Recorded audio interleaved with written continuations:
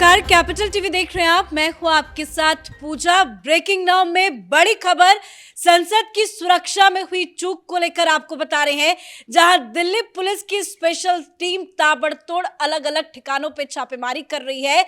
और इस वक्त दिल्ली पुलिस की स्पेशल टीम पश्चिम बंगाल में मौजूद है, जहां पे ललित झा के ठिकानों को खंगाला जा रहा है। बताया जा रहा है कि दिल्ली पुलिस की स्पेशल टीम ललित झा के किराए वाले मकान में पहुंची, जहां पे ताला लगा हुआ मिला। आसपास के पड़ोसियों से बातचीत की है और सबूत जुटाने की कोशिश दिल्ली पुलिस कर रही है। तो एक्शन से जुड़ी बड़ी खबर आपको बताएंगे। मेरे साथ न्यूज रूम से जुड़े हुए हैं कैपिटल टीवी के editor in chief doctor Manish Kumar. क्या कुछ पुलिस को अभी तक हाथ लगा है पश्चिम बंगाल से? देखिए, अभी जो तमाम जांच चल रही है उसका अब सेंटर कलकत्ता पहुंच गया है।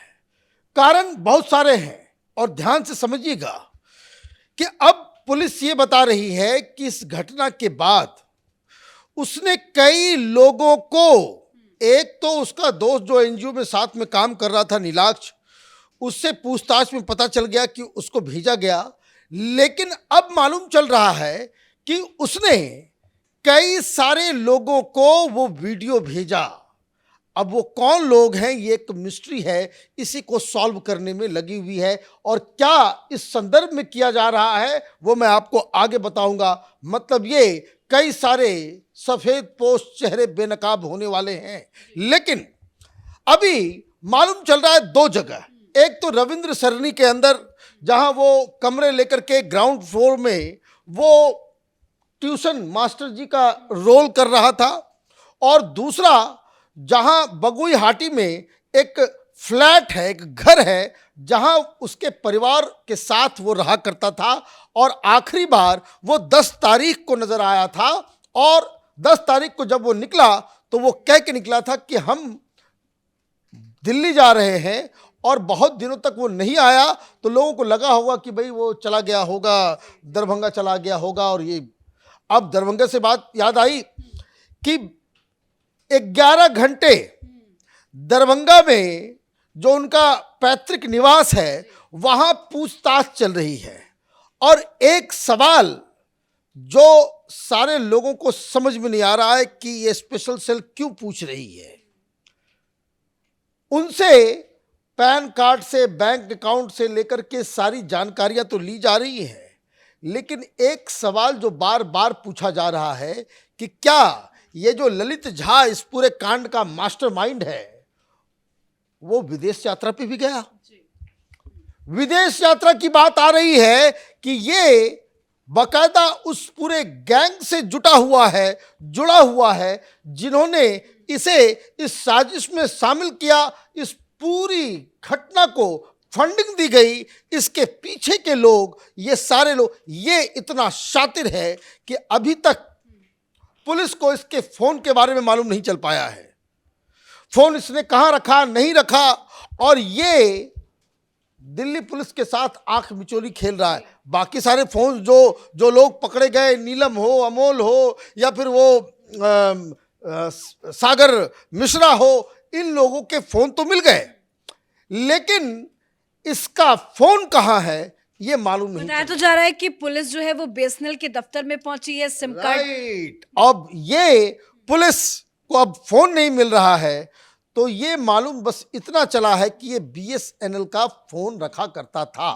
अब इन्वेस्टिगेटिंग टीम बीएसएनएल कलकत्ता में पहुंची है और उस नंबर का एक डुप्लीकेट सिम उठाना चाह रही है कि जब डुप्लीकेट सिम आ जाएगा तो उसमें फिर सारे डॉक्यूमेंट, सारी चीजें जो है। और मैं आपको बता दूं, इससे बहुत बड़ी गलती, बीएसएनएल तो एक सरकारी संस्था है, और अगर आपने उसका सिम इस्तेमाल किया है, हमारे पुलिस डिपार्टमेंट को, एजेंसियों को, एक एक चीज, कहां कहां इसने कॉल किया, कहां कहां क्या किया, ये सारे लोकेशन से लेके उसकी सारी गतिविधियों के बारे में 1-2 दिन के अंदर मालूम चल जाएगा। अभी जब हम लोग रिकॉर्ड कर रहे हैं, वो टीम बीएसएनएल के अधिकारियों के साथ बातचीत कर रही है, और वहां से अगर डुप्लीकेट सिम मिल जाता है, उसका पूरा खाका निकल जाता है, तो आप समझिए कि लेने के देने पड़ जाएंगे। और यही बेचैनी कि जैसे जैसे ये इन्वेस्टिगेशन आगे बढ़ रहा है, क्योंकि अब तक जो समझ में आ रहा है, इसकी पूरी प्लानिंग 6 व्हाट्सएप ग्रुप के साथ हुई। वो व्हाट्सएप ग्रुप्स डिलीट कर दिए गए। इसने वो जो पेज बनाया था भगत सिंह फैन क्लब, उसको भी इन लोगों ने डिलीट कर दिया है। तो बाकायदा मेटा से, फेसबुक से, व्हाट्सएप से, अलग अलग जगह जगह जहां जहां जिन जिन प्लेटफॉर्म पे इन लोग ऑपरेट कर रहे थे, चाहे वो टेलीग्राम हो, इन सब से दिल्ली पुलिस की टीम ने बाकायदा राब्ता किया है, उनसे ये पूरी जानकारी, और ये बताया जा रहा है कि 2-3 दिन और लगेंगे, तब ये तमाम जो प्लेटफॉर्म्स हैं या फिर सर्विस प्रोवाइडर्स हैं, इन लोगों की तरफ से एक इनपुट आएगा, तो बहुत सारी नई जानकारियां जो है वो आएंगी। और फिलहाल कलकत्ता में ये जो अब जो कहानी जो आगे बढ़ रही है वो ये कि कलकत्ता में जो पुलिस है वो भी इस जांच में बहुत ही अच्छा सहयोग कर रही है। और ये जो कई सारे लोगों को कलकत्ता में इसने बांटे हैं वीडियोस, उन लोगों को ढूंढा जा रहा है, पता लगाया जा रहा है कि वो लोग कौन हैं। अभी तक तो ये मालूम नहीं चल पाया है। और जैसे कि आपने बताया कि पुलिस की टीम दरभंगा भी पहुंची है, तो क्या घर वालों से कुछ खुलासे हुए हैं, कुछ नई जानकारी? घर वालों से 11 घंटे बातचीत हुई है। बातचीत क्या हुई है, बातचीत के बारे में दिल्ली पुलिस जो है वो कोई बता नहीं रही है। पुलिस का ये कहना है कि अभी बहुत ही प्रीमेच्योर हो जाएगा, क्या बातचीत चल रही है, क्या छानबीन चल रही है, क्या जानकारी मिली है। लेकिन बस इतना पता चला है कि विदेशी यात्रा के बारे में उनके परिवार वालों से पूछताछ की जा रही है, क्योंकि अगर अभी ये सारी जानकारियां बाहर आ जाएंगी तो ये इतने शातिर लोग हैं, इतना वेल ऑर्गेनाइज्ड जो इन लोगों का गैंग है कि बहुत सारे सबूतों के साथ ये छेड़खानी कर सकता है। आप देखिए, आपने कभी सुना इतनी सारी घटनाएं हुई हैं, कभी किसी का आपने सुना कि ये लोग फोन को डिस्ट्रॉय इस तरीके से कर रहे हैं कि जिससे कुछ निकालना बड़ा मुश्किल है। पहले ये तोड़ते हैं, फिर जला देते हैं, सारा सब कुछ वो खत्म नष्ट हो जाता है। तो ये तो वेल ट्रेंड लोगों का काम है।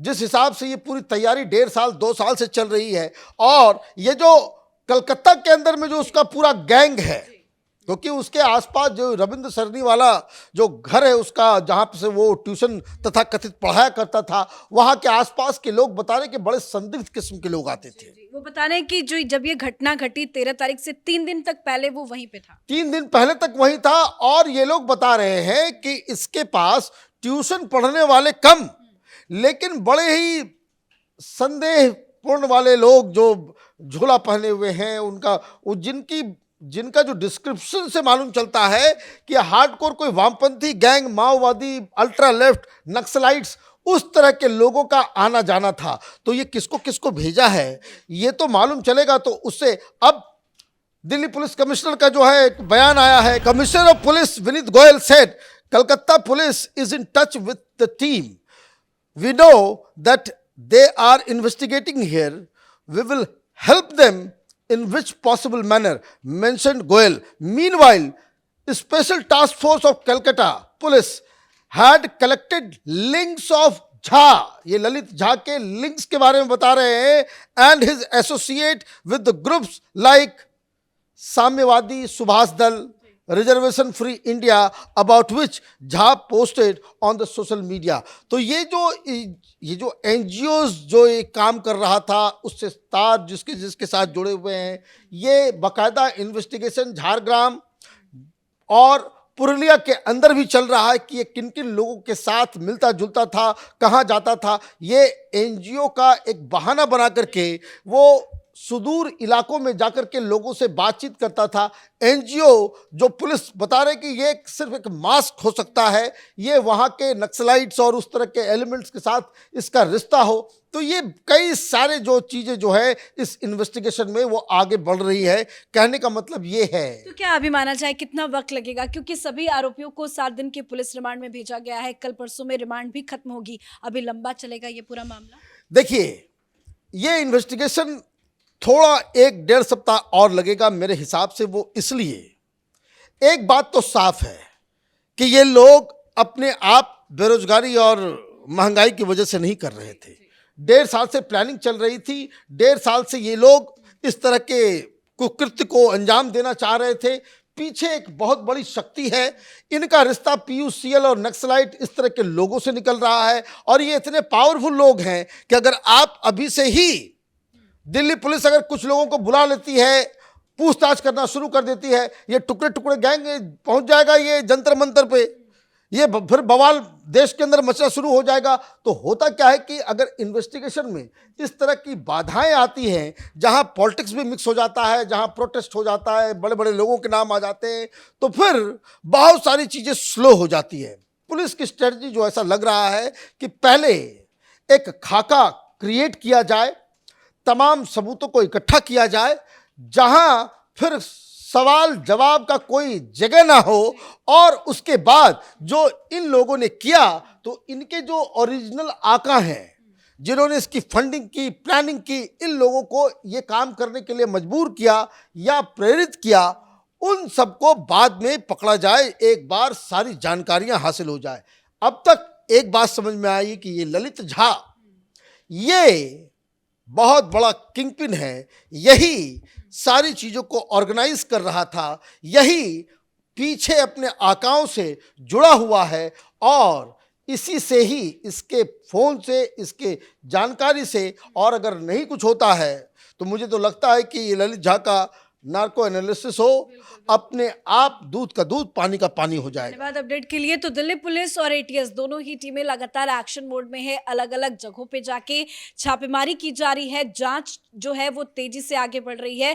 दिल्ली पुलिस की स्पेशल टीम ने ललित के परिवार वालों से लगभग 11 घंटे तक लंबी पूछताछ की, तो वहीं पश्चिम बंगाल में भी लगातार छापेमारी चल रही है और बीएसएनएल के दफ्तर को भी कॉन्टैक्ट किया गया है। ललित के सिम कार्ड की जानकारी निकालने की कोशिश की जा रही है और हो सकता है कि जल्द इस पूरे मामले में बड़ा खुलासा होगा। इस बड़ी खबर में मेरे साथ फिलहाल इतना ही। कैमरा पर्सन अशोक के साथ मैं पूजा, कैपिटल टीवी।